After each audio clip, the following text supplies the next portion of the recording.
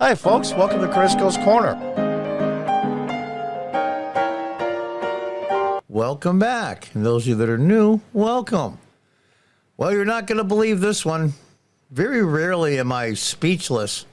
When I first heard this, I just had my mouth open and just stared at the screen because I couldn't believe it. Hunter Biden's counsel faces possible sanctions after accusations of lying in criminal tax case. Biden-Hunter's team apologized for the misunderstanding in a letter to the judge. Now, I'm going to play a short clip from Jesse Watters, who puts it in plain English what happened. Hunter Biden's plea deal is now in jeopardy. President Joe Biden's son is set to appear in court tomorrow, where Delaware Judge Mary Ellen Noreika will decide on whether or not to sign off on Hunter's plea deal. And Hunter Biden may have just jinxed the deal. You're not going to believe what he just did. Republican Congressman Jason Smith just filed a brief with the judge, entering into evidence the IRS whistleblower testimony. Basically a legal move to get the judge to think, you know what, are you really going to let this guy off so easy?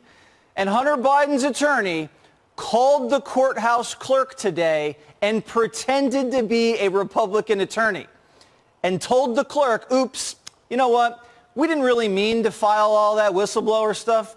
Can you guys just strike that from the record? Seriously, Hunter Biden's lawyer made a phony phone call to the court and tried to remove the whistleblower testimony.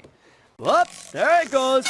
Yep, my brain stopped. Now, can you possibly believe that? I got to play this. I called up a friend of mine. Him and I are pretty much political junkies. And I played that audio of Jesse Watters.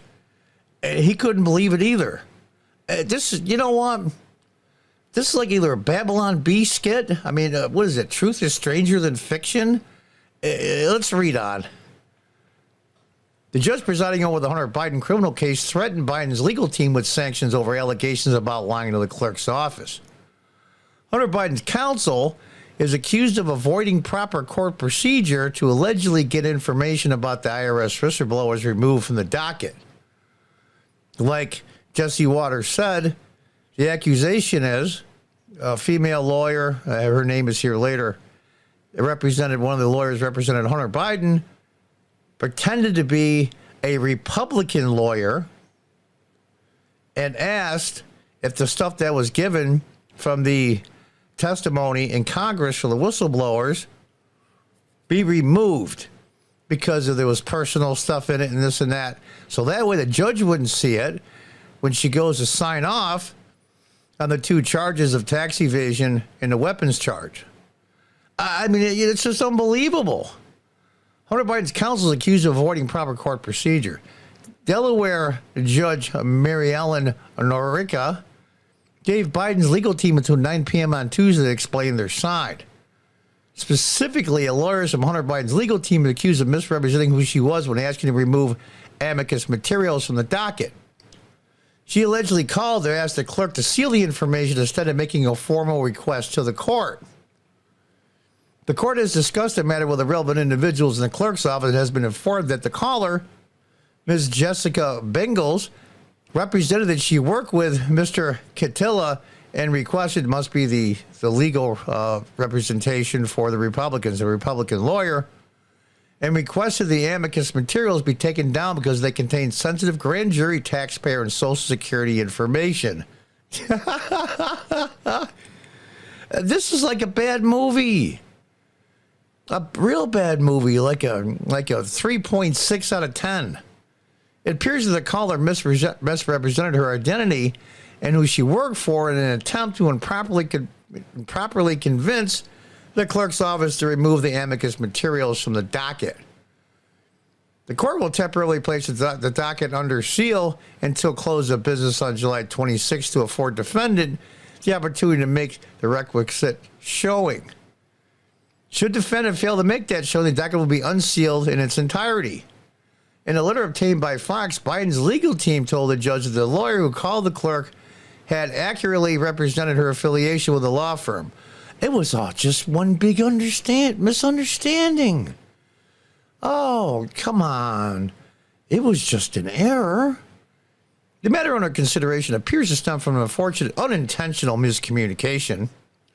Unintentional and unfortunate. No, it's unfortunate for you that you got caught. Between a staff member at our firm and employees of the court, the lawyer's defense read. We have no idea how the misunderstanding occurred, but our understanding is there was no misrepresentation.